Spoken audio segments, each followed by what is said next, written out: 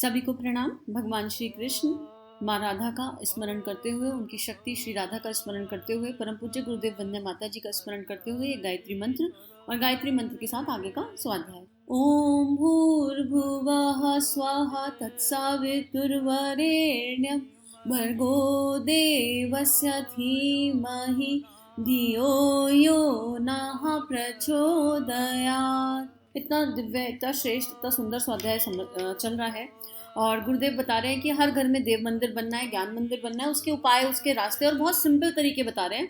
पिछली बार हमें गुरुदेव ने बताया कि समय दान कितना इंपॉर्टेंट है, हम अपना समय किस तरह खर्च कर सकते हैं, अपनी प्रतिभाओं को जानना है, समझना है और कैसे युग धर्म में अपनी भूमिका को निभाना है। अब गुरुदेव बता रहे हैं महाकाल की सच्ची सेवा क्या है।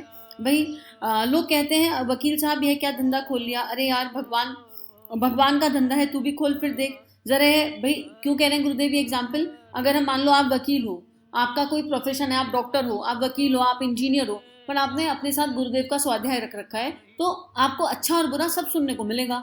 हो सकता है लोग आके कहें अरे तुम तो वकील हो, तुम तो डॉक्टर हो, तुम तो इंजीनियर हो, तुम तो फलाना हो सकता है इस देह से जो आपकी रेपुटेशन है उन रेपुटेशन को क्वेश्चन उठाएं कि ये क्या नया काम कर लिया कि किताबें पढ़ो, स्वाध्याय पढ़ो, यूट्यूब का चैनल सुनो, ऐसा करो वैसा करो। तो वहां पर आपको ये कहना है कि मेरे जीवन में इससे परिवर्तन आया है। अगर आप ही दीनहीन हो जाओगे तो बात नहीं बनेगी। बिल्कुल श्रद्धा, विश्वास और कॉन्फिडेंस से कहो कि भाई वकालत भी तो उस परमात्मा की दी हुई है। अगर वकील बन गया, डॉक्टर बन गया, इंजीनियर बन गया तो भी तो भगवान की गरिमा से बना, भगवान की इच्छा से बना, उसकी कृपा के बिना तो नहीं बना। तो अगर मैं उसकी कृपा से ये बन गया और मेरे संपर्क में इतने सारे लोग आ रहे हैं तो मैं उस कृपा को क्यों ना बांटूं। मैं केवल अपने प्रोफेशन को क्यों बांटूं। जिस स्वाध्याय से मेरे जीवन में परिवर्तन आया मैं उसको क्यों ना बांटूं। वो कॉन्फिडेंस हमारे अंदर होना चाहिए और उस श्रद्धा और कॉन्फिडेंस से हम बोलेंगे तो सामने वाला कुछ ना करे तो एक किताब तो पढ़ ही लेगा। बहुत मोटी मोटी किताबें ले जाने की जरूरत नहीं है, छोटी छोटी रखिए, अखंड ज्योति रखिए, युग निर्माण योजना रखिए, जन्म शताब्दी रखिए, बहुत माइनर पतली पतली बुक्स हैं अवेलेबल, वो रखिए। तो यही बात गुरुदेव कह रहे हैं कि ये महाकाल की सच्ची सेवा है। और गुरुदेव एग्जाम्पल दे रहे हैं कि एक वकील थे, उन्होंने ऐसा किया और उन्होंने ऐसा करके एक पूरे एरिया को जागृत कर दिया। ऐसे ही वो एक हजारीबाग वाले आते हैं ना, हजारीबाग का एग्जाम्पल गुरुदेव बहुत देते हैं कि उन्होंने आम के पूरा आम का वो बना दिया बाग। कैसे बनाया? केवल आम की गुठलियां डाल डाल के। तो अगर मन में भाव आ जाए ना तो हम कुछ भी कर सकते हैं। श्रद्धा से, समर्पण से हम कुछ भी कर सकते हैं। बस उस गुरु के चरण पकड़ लें तो हम कुछ भी कर सकते हैं। तो गुरुदेव सुल्तानपुर का एग्जाम्पल दे रहे हैं कि एक वकील साहब थे जिन्होंने स्वाध्याय रखकर पूरे सुल्तानपुर को जागृत कर दिया। कोई कोना नहीं छोड़ा, कोई स्कूल नहीं छोड़ा, कोई घर नहीं छोड़ा, हर जगह जाते थे और बिना फल की इच्छा करे जाते थे। अगर स्कूल वालों ने मान लिया तो ठीक, नहीं माना तो ठीक, उनको कोई अंतर नहीं, उन्होंने अपना कर्म कर दिया। और जब आप बिल्कुल इस भाव से जाओगे तो ऐसा हो नहीं सकता कि कोई आपकी बात को सुने ना, कोई आपकी बात को माने ना, क्योंकि आप बोल ही नहीं रहे हो। फिर वहां धीरे धीरे यज्ञ कराओ, और यज्ञ कराओ तो केवल कर्मकांड नहीं कराओ, एक एक स्टेप का मीनिंग समझाओ कि क्यों कर रहे हैं, जो भी कर रहे हैं वो क्यों कर रहे हैं। भाई अक्षत कभी क्षय ना होने वाला, चंदन लगाया तो इसका मतलब श्रेष्ठ विचारों का जागरण, कलावा बांधा इसका मतलब संकल्पित हो गए, मनुष्य श्रेष्ठ मनुष्य जीवन जीने के लिए संकल्पित हो गए। यज्ञ को कर्मकांड नहीं, यज्ञ का तत्व दर्शन समझाते हुए आगे करो। वहां पर एक लेक्चर रखो, छोटे छोटे सत्संग रख लो अपने घरों में। अगर आप लेडीज हैं, आप फीमेल हैं, तो आप अच्छे अच्छे लेक्चर अपने घर में लोगों को बुलाओ, आधा घंटा सामूहिक जाप करो, साधना करो और उसके बाद कोई अच्छा सा ऑडियो प्ले कर दो। कितने ऑडियो हैं, डॉक्टर साहब के इतने सारे ऑडियो हैं, चिन्मय भैया के इतने सारे ऑडियो, शिवानी दीदी के इतने सारे ऑडियो, सदगुरु जी के इतने सारे ऑडियो।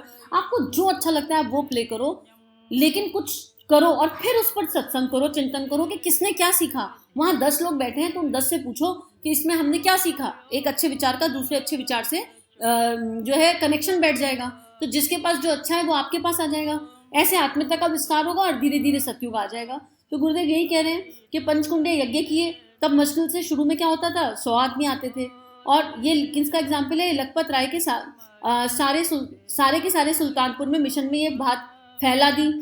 मुझे कहा गुरुजी अब तो आप हिमालय जाने वाले हैं। हाँ बेटे मैं जाने वाला हूँ, तो एक बार सुल्तानपुर और चलिए। 2 बार तो हो आया, 200 आदमी तो आते नहीं, मैं क्या करूंगा सुल्तानपुर में। उनने कहा कौन से जमाने की बात कर रहे हैं, वह कुछ वर्ष पहले था, अब जमीन आसमान का फर्क पड़ गया, आप चलिए तो सही। अच्छा चलूंगा। सुल्तानपुर के गांव गांव घर घर में उन्होंने पुस्तकें पढ़ाई। पूछा आचार्य जी की किताबें आप पढ़ते हैं, आपको पसंद आती हैं? हाँ साहब पसंद आती हैं, आंखों में आंसू आ जाते हैं। ऐसा गजब का साहित्य है। क्यों आ जाते हैं आंखों में आंसू?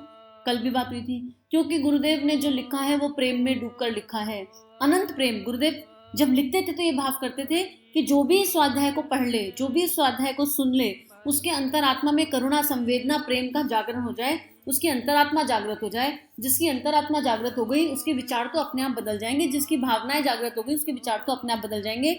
नहीं तो कि कोई बुक पढ़ते हुए रोना आता है क्या भला? पर गुरुदेव का स्वाध्याय पढ़ते हुए भावनाएं आती हैं, रोना आता है, इमोशंस के ट्रिगर होते हैं, अलग अलग जगह जाकर इमोशन स्पर्श करते हैं खुद को।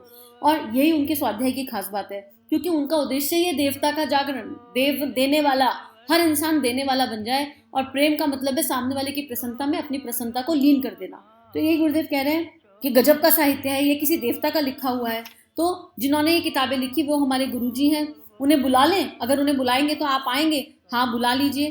तो आप अपनी दुकानें बंद रखेंगे, आचार्य जी साथ में रहेंगे, हाँ साहब रखेंगे सब, क्योंकि गुरुदेव पहुंच गए, सबके अंतःकरण में पहुंच गए। और पहुंच गए तो सबने बात मान ली कि भाई कौन है कौन नहीं आ रहा, हम तो बिल्कुल अवेलेबल रहेंगे। और ऐसे करके जो है 100 कुंडे यज्ञ रखा गया। और कितनी जनता, 1 लाख जनता आई उन दिनों। किस समय की बात गुरुदेव लिख रहे हैं, सोचो, कोई छोटी बात थी? काम सब गुरुदेव ने किया, श्रेय उनके उस दिव्य शिष्य को मिल गया। और इनसे हम, ऐसे लोगों से हम सीखें। उनका अगर कोई ऐसा मिल जाए ना तो उसका चिंतन करना थोड़े दिन शुरू कर दो कि आपके भीतर वो कौन सा समर्पण था, आपके भीतर वो कौन सी श्रद्धा विश्वास थी जिसने आपसे वो करवा लिया जो आपने किया।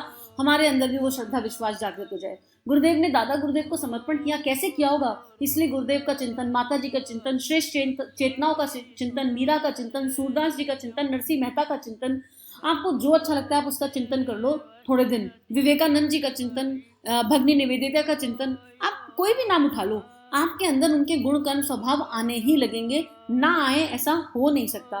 तो गुरुदेव यही कह रहे हैं कि जहाँ चाहा वहां रहा, और यही महाकाल का एकमात्र सपना है, और यही महाकाल की एकमात्र सेवा है कि हम ये ना कहें हमने इतना यज्ञ कर लिया, हमने इतने कर्मकांड कर लिया, हम इतनी माला करते हैं। हम ये देखें कि हमारे अंतःकरण में क्या बदलाव आया, और उस बदलाव के साथ हमने समाज में क्या बदलाव किया, और हम किस तरह कर रहे हैं। तो अपनी अपनी प्रतिभा को जाने, समझे, और फिर उसके लिए तरीका अपना अपना अपना ले जो जिसको सूट करता है। अब क्यों? क्योंकि ये समय है ईश्वर से साझेदारी करने का, बिल्कुल वैसे जैसे रीछ वानरों ने श्री राम से करी, जैसे ग्वाल बालों ने श्री कृष्ण से करी, जैसे अर्जुन खड़े हो गए समर्पण के साथ, जैसे विवेकानंद ने करी ठाकुर रामकृष्ण परमहंस के साथ, जैसे गुरुदेव ने करी दादा गुरुदेव के साथ। ये अब वो साझेदारी का समय है, और इस साझेदारी में कोई नुकसान नहीं होने वाला है। यकीन मानिए ये साझेदारी हमारे जीवन को बदल देगी। कैसे कैसे बदल देगी? ईश्वर से साझेदारी कीजिए, कभी ईश्वर के पास बैठकर ये पूछिए कि हे प्रभु, आपने हमेशा दिया ही दिया है, आपको कोई कष्ट तो नहीं है? आप सोच के देखो उस परमात्मा को कितना कष्ट होता होगा, उसकी बनाई हुई ये दुनिया, इतनी पीड़ा इसमें है चारों तरफ, कहीं पर कोई सुखी नहीं है। कोई एक आदमी आज तक मिला जो कह दे मैं परमानंद में हूँ, मुझे आनंद है। हिमालय वासियों की बात नहीं कर रही हूँ, जो संसार में रह रहे हैं, गृहस्थ में रह रहे हैं, सारा जीवन चला रहे हैं। आप पूछ के देखो कि क्या तुम आनंद में हो? सुख दुख की बात नहीं है, सुख दुख टेम्परेरी है, कोई एक ऐसा नहीं मिलेगा। और उस प्रभु ने तो आनंद का सागर बनाया था, उस परमात्मा ने आनंद का सागर बनाया, लेकिन उसमें रहकर भी लोग आनंद को अनुभव नहीं कर पा रहे। हम वो मछलियां हैं जो समुद्र में रह रही हैं और कहती हैं पानी कम पड़ गया।